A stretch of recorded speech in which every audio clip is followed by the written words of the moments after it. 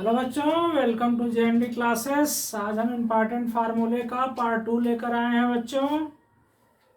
बहुत ही useful formula है बच्चों, कॉम्पिटिटिव एग्जाम के लिए बहुत ही यूजफुल। फार्मूला नंबर 1 है x square plus 1/x² equal to x plus 1/x whole square minus 2। इस पे देखो क्वेश्चन कैसे आ सकता है, जैसे दिया है यदि x plus 1/x equal to 4 तो एक्स स्क्वायर प्लस 1/x² का वैल्यू ज्ञात करना है। अब यहाँ बच्चों बस इसी में पुट कर देना है, माने कितना हो जाएगा 4 का स्क्वायर माइनस 2, 4 4 जा 16 माइनस 2 14 हो जाएगा बच्चों। दूसरा नंबर, दूसरे फार्मूले का यूज, यदि x माइनस 1/x का वैल्यू दिया है, x माइनस 1/x मान लेते हैं 3 दिया है और हमें निकालना है एक्स स्क्वायर प्लस 1/x² का वैल्यू, तो इसी फार्मूले में बच्चों x माइनस 1/x की जगह 3 रख देंगे तो क्या हो जाएगा बोलो, 3 स्क्वायर प्लस 2, 3 3 जा 9 प्लस 2 11 हो जाएगा। फार्मूला नंबर 3, यदि x प्लस 1/x का वैल्यू दिया हो और x माइनस 1/x निकालना हो, x प्लस 1/x दिया हो, जैसे x प्लस 1/x मान लो x प्लस 1/x 4 दिया है और हमें x माइनस 1/x का वैल्यू निकालना है, तो ऐसे में बच्चों क्या हो जाएगा, root over x plus 1/x² माने 4 का स्क्वायर माइनस 4 माने root over 16 minus 4 root over 12। Factor करोगे 2 2 जा 4 3 जा 12, 2 बाहर आएगा रूट 3 हो जाएगा।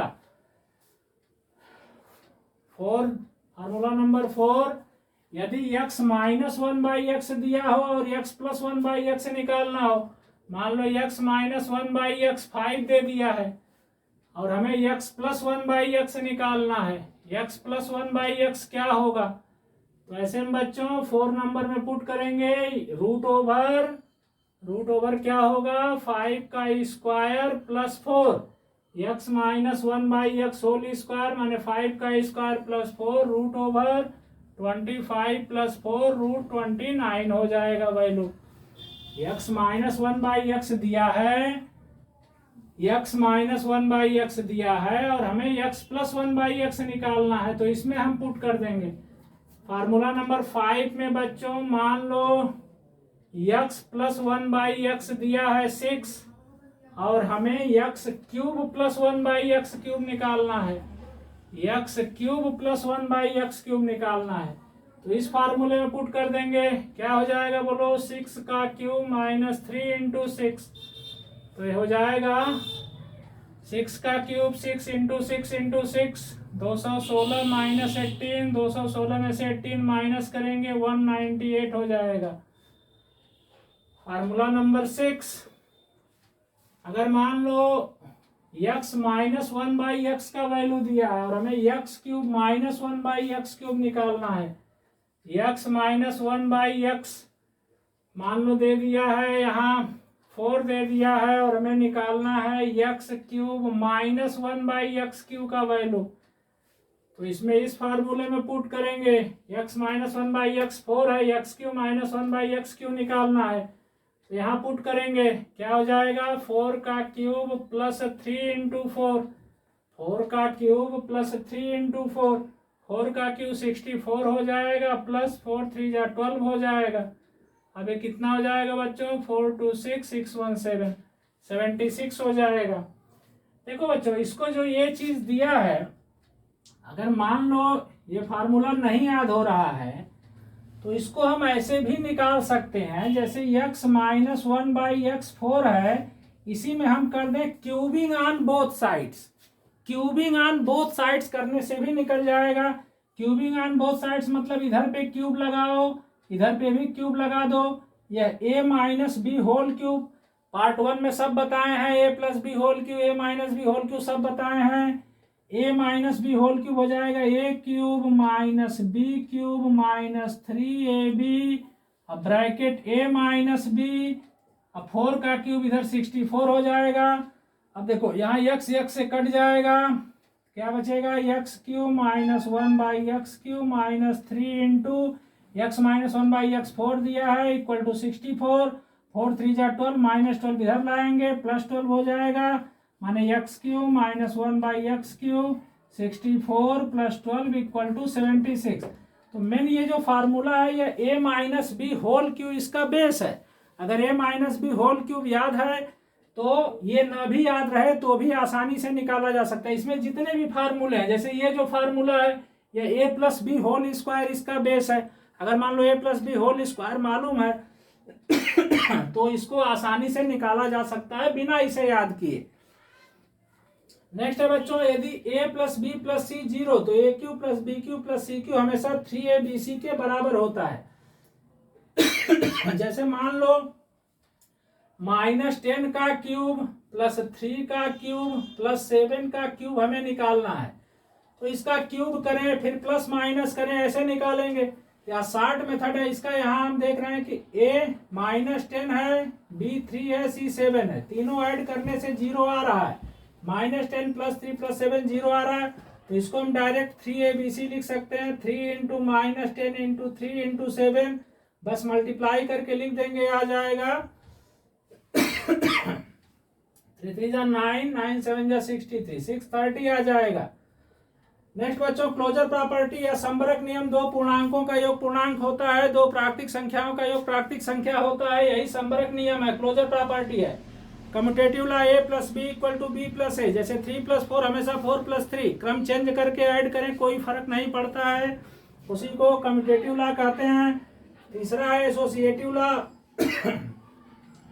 3 नंबर्स लेते हैं एसोसिएटिव ला में, पहले 2 को ऐड करते हैं फिर तीसरे को ऐड करते हैं, फिर लास्ट 2 को ऐड करते हैं फिर पहले को ऐड करते हैं, दोनों हमेशा सेम होता है बच्चों, यही साहचर्य नियम है। a plus B plus C equal to a plus B plus C, यही साहचर्य नियम है। स्क्रीनशॉट ले लो।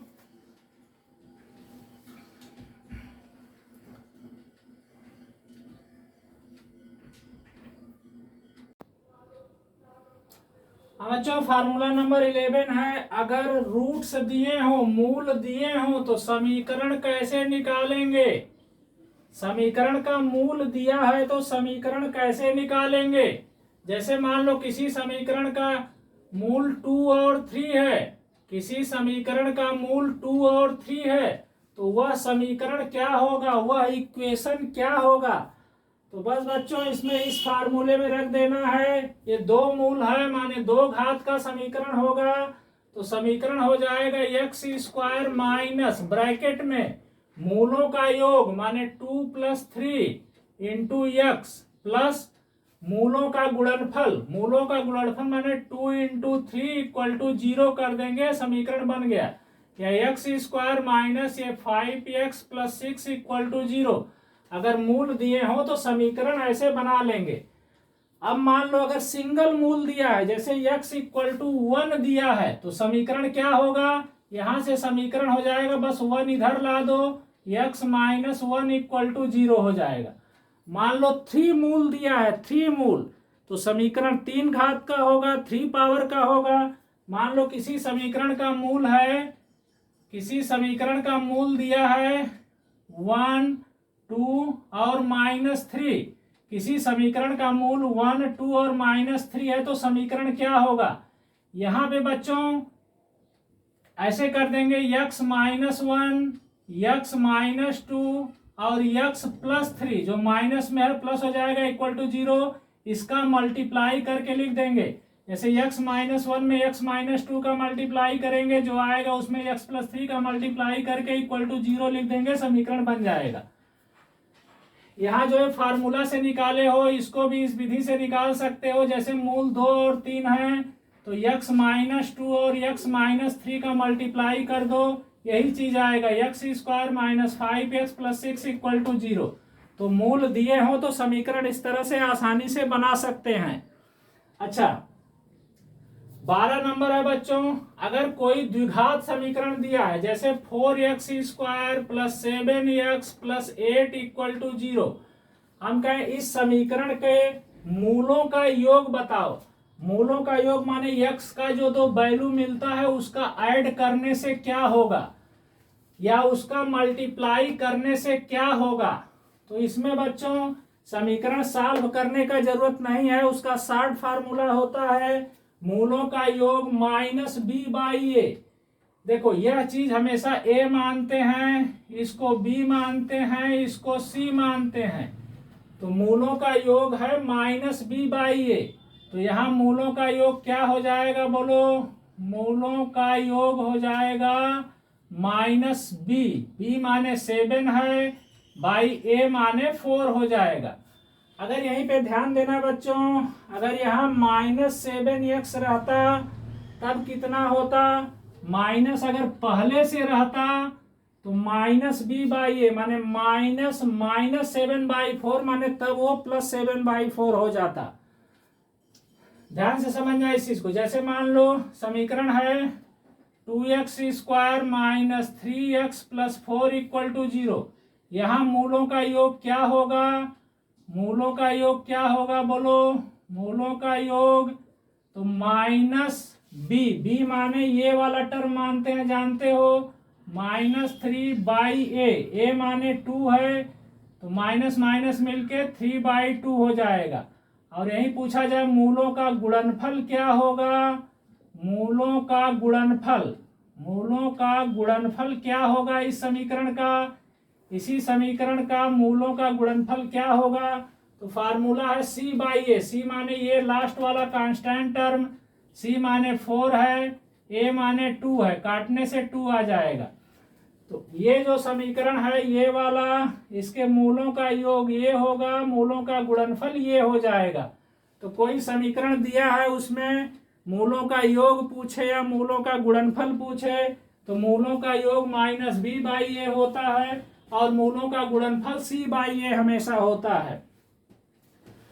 अच्छा, zero is called additive identity. Zero को योगात्मक तत्समक कहते हैं क्योंकि जीरो को किसी भी नंबर में ऐड करने से कोई परिवर्तन नहीं होता है।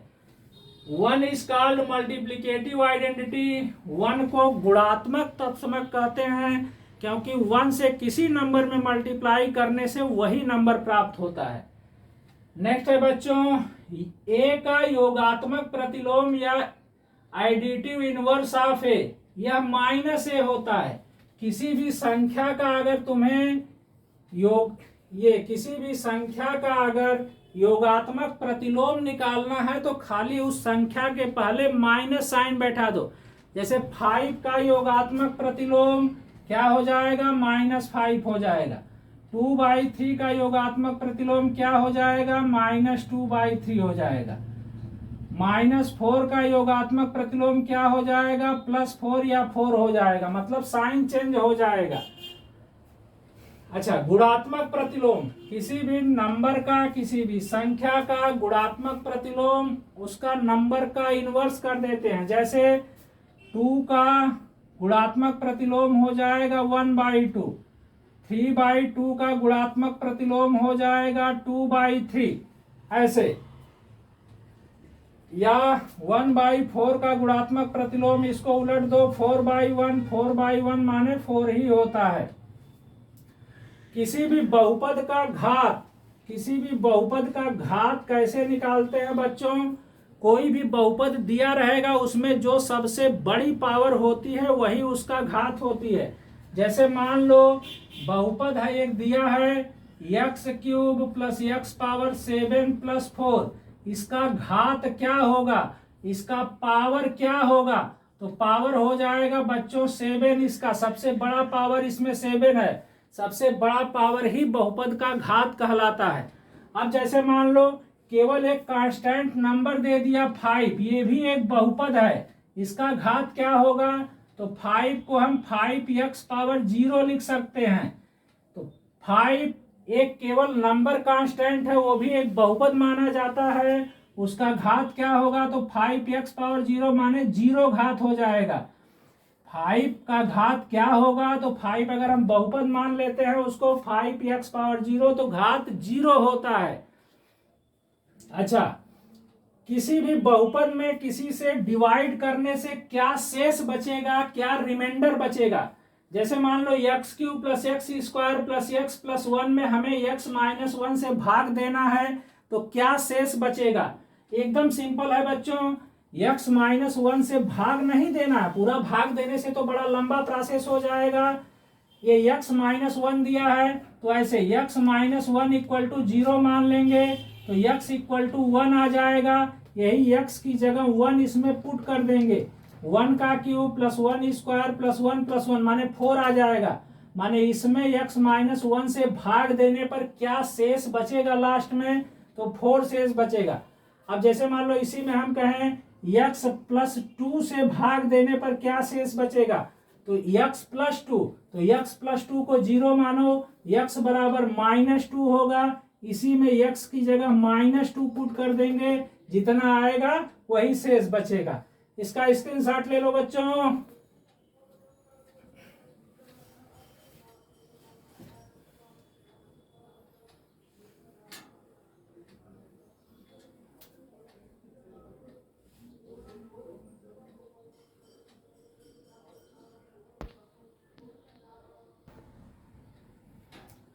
फार्मूला नंबर 19 है बच्चों, अगर कोई इक्वेशन दिया है एक्स वाई में, इक्वेशन लीनियर इक्वेशन है, तो उसका अद्वितीय हल होगा या कोई हल नहीं होगा या अनेक हल होगा। इसका 3 कंडीशन है बच्चों। पहला कंडीशन है अगर a1 by a2 not equal to b1 by b2, ऐसे इक्वेशन को सॉल्व किया जाता है, x और y का एक एक वैल्यू मिलता है, उसको कहेंगे अद्वितीय हल या यूनिक सॉल्यूशन। इस इक्वेशन का ग्राफ खींचने से दोनों लाइन किसी एक पॉइंट पे कट करता है, इसलिए इंटरसेक्टिंग लाइंस भी बोलते हैं इस इक्वेशन, ऐसे दो इक्वेशन को। दूसरा है अगर तीनों a1 by a2 b1 by b2 c1 by c2 तीनों इक्वल है, तो ऐसे इक्वेशन का इनफाइनाइट सॉल्यूशन मिलता है। ऐसे इक्वेशन का ग्राफ खींचने से जैसे एक लाइन है उसी के ऊपर दूसरा भी लाइन आएगा, ऐसे लाइन को समपाती रेखाएं कहते हैं। तीसरा कंडीशन है बच्चों अगर a1 by a2 equal to b1 by b2 not equal to c1 by c2 है, तो ऐसे इक्वेशन का कोई सलूशन नहीं होता है। इसका ग्राफ खींचने से दो समानांतर रेखाएं मिलती हैं, जानते हो दो समानांतर रेखाएं कहीं पर नहीं काटती, इसलिए कोई हल नहीं होता है। अब जैसे मान लो इक्वेशन है 2x plus 3y equal to 5, दूसरा है मान लो 6x plus 4y equal to 10। तो हमें बताना है इसका क्या होगा, अद्वितीय हल होगा, अनेक हल होगा, कोई हल नहीं होगा। तो देखो बच्चों, यह पहला चीज को a1 मान लेंगे, इसको b1 मान लेंगे, इसको c1 मान लेंगे, इसको a2 मान लेंगे, इसको b2 मान लेंगे, इसको c2 मान लेंगे। अब a1 बाई a2 निकालेंगे तो 2 बाई 6 आएगा, काटेंगे तो 1 बाई 3 आ जाएगा। यहाँ है b1 a1 by a2 1 by 3 आ गया, b1 बाई b2 ये आएगा 3 बाई 4 आएगा। तो 1 बाई 3 बाई 4 के इक्वल नहीं है, माने अगर ये इक्वेशन है तो इसको सॉल्व करोगे तो एकदम अद्वितीय हल माने यूनिक सॉल्यूशन मिलेगा, x का कोई एक वैल्यू मिलेगा, y का कोई एक वैल्यू मिलेगा। अब बच्चों अगर मान लो तो अब a1 by a2 not equal to b1 by b2 मिल गया, तो c1 बाई c2 निकालने का जरूरत ही नहीं, पहले ही हमें पता चल गया कि अद्वितीय हल होगा, यूनिक सॉल्यूशन होगा। अगर मान लो यहां पे इक्वेशन हम चेंज कर दें, मान लो ये लिख दें, एक इक्वेशन है 2x plus 4y equal to मान लो 8 है, दूसरा है 4x plus 8y equal to 16। अब यहाँ कंपेयर करो a1 बाई a2 माने 2 बाई 4 काटोगे 1 बाई 2 आएगा, b1 by b2 4 by 8 काटोगे 1 by 2 आएगा, c1 by c2 8 by 16 1 by 2 आएगा, तीनों सेम आया, माने इस इक्वेशन का अनेकों हल होगा, x का कई वैल्यू मिल सकता है, y का भी कई वैल्यू मिलेगा। ऐसे इक्वेशन को अनेक हल होंगे इसका, और इसका जो ग्राफ होगा दोनों रेखाएं समपाती होंगी, माने एक रेखा इसका ग्राफ खींचेंगे अगर दोनों इक्वेशन का, तो एक रेखा पर ही दूसरा रेखा आएगा। तीसरा अगर a1 by a2 b1 by b2 equal हो लेकिन c1 बाई c2 अलग हो। अब जैसे इसी में हम मान लेते हैं, यहाँ पे मान लेते हैं बच्चों, मान लो यहाँ 7 मान लिए, यहाँ 5 मान लिए। अब अगर a1/a2 किए तो 2/4 1/2 होगा, b1/b2 4/8 1/2 होगा, इधर 7/5 आ गया, माने a1/a2 b1/b2 के तो बराबर आया, लेकिन ये चीज अलग आ गया, c1/c2 अलग आ गया, माने इसके इक्वल नहीं है। ऐसे सलूशन का कोई हल नहीं होगा, इसको नहीं सॉल्व किया जा सकता, नो सलूशन होगा। इन दोनों का ग्राफ खींचने से दोनों रेखाएं ऐसे समानांतर रेखाएं आएंगी, इस किस्म से आएंगी। अच्छा, अब कुछ नंबर्स के बारे में जानकारी। प्राकृतिक नंबर, प्राकृतिक संख्या या नेचुरल नंबर या काउंटिंग नंबर्स कहते हैं, जानते होंगे बच्चों, 1 2 3 4 dot dot up to infinite. सबसे छोटी प्राकृतिक संख्या 1 है। पूर्ण संख्याएं या होल नंबर कहते हैं इसको, 0 से शुरू होता है, 0 1 2 3 dot dot up to infinite तक। सबसे छोटा पूर्ण संख्या 0 है। Integers minus infinitive plus infinitive और 0, माने -2 -1 0 1 2 डॉट डॉट, इधर पॉजिटिव में भी डॉट डॉट, निगेटिव में भी तमाम, ये सभी पूर्णांक कहे जाते हैं। क्या 1.5 पूर्णांक है? तो नहीं है, क्योंकि इस पे पूरा पूरा नंबर होना चाहिए। डेसिमल में है तो पूर्णांक नहीं होगा, डेसिमल में है तो परिमेय संख्या उसको कहा जाएगा। सम संख्या, ये तो जानते होगे, क्लास 2 3 से पढ़ते आ रहे हो।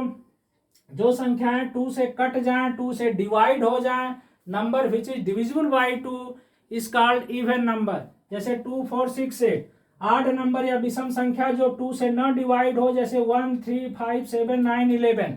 अभाज्य संख्या या ऋण संख्या या प्राइम नंबर, देखो सबसे छोटा प्राइम नंबर 2 होता है, 2 3 5 7 11, माने जो किसी से नहीं कटे, जो खुद से डिवाइड हो, उसको प्राइम नंबर कहते हैं। प्राइम नंबर का 2 फैक्टर होता है, पहला फैक्टर 1, दूसरा फैक्टर वो खुद वो नंबर, जैसे 11 है, प्राइम नंबर है, 11 का फैक्टर एक होगा और एक 11 होगा। तो जिस नंबर का खाली 2 फैक्टर होता है वो प्राइम नंबर होता है। लीस्ट प्राइम नंबर 2 होता है, सबसे छोटी प्राइम संख्या 2 होती है। कंपोजिट नंबर, जिसका 2 से ज्यादा फैक्टर हो, जैसे 4 है, 4 का फैक्टर क्या क्या होगा, तो 1 होगा, 2 होगा, 4 होगा, माने 2 से ज्यादा फैक्टर आया तो 2 से ज्यादा फैक्टर होगा तो कंपोजिट नंबर होगा। परिमेय संख्या, ये सभी संख्या है, नेचुरल, होल, इंटीजर, सभी परिमेय संख्या है, माने इसको p/q के रूप में लिखा जा सकता है, भिन्न के रूप में लिखा जा सकता है। p और q पूर्णांक है, लेकिन बाई में 0 नहीं होना चाहिए। अगर बाई में 0 आ गया तो वो चीज अनडिफाइंड हो जाता है। जितना भी नंबर है, जैसे 1 है, 2 है, -1 है, 0.2 है, फ्रैक्शन है, या रिपीटिंग डेसिमल है, जैसे 0.2 बार, 2 बार का मतलब 0.2222 बार बार 2 रिपीट कर रहा है। 0.12 बार, यहाँ 0.11 के बाद 2 खाली रिपीट करेगा। तो ये जो रिपीटिंग डेसिमल होता है, रिकरिंग डेसिमल होता है, वो भी परिमेय संख्या होता है। इस रिकरिंग डेसिमल को फ्रैक्शन में चेंज करते हैं, वो हम किसी दूसरे वीडियो में बताएंगे तुम लोगों को। फिर अपरिमेय संख्या, अपरिमेय संख्या में जो संख्याएं परिमेय नहीं है उनको अपरिमेय संख्या, इर्रेशनल नंबर कहते हैं, जैसे √2 √3 √5, ये सभी इर्रेशनल नंबर हैं। हाँ, एक चीज और, ये रूट वाला इरेशनल है जिसका रूट नहीं निकले पूरा पूरा। दूसरा, इस किस्म का डेसिमल, इसमें ध्यान देना, ये रिपीट नहीं बल्कि एक डिजिट इसमें बढ़ता जा रहा है, जैसे 0.21 211 2111 डॉट डॉट, ये खत्म नहीं है, एक डिजिट बढ़ता जा रहा है निश्चित क्रम में, तो ऐसा डेसिमल भी अपरिमेय होता है। तो अपरिमेय में एक रूट वाला, एक डेसिमल। वास्तविक संख्या, परिमेय और अपरिमेय दोनों को मिला के वास्तविक संख्या कहते हैं, मतलब जितना भी संख्याएं हैं सभी क्या हैं, वास्तविक संख्याएं हैं। ठीक है बच्चों, इस लेक्चर में इतना ही। थैंक यू बच्चों।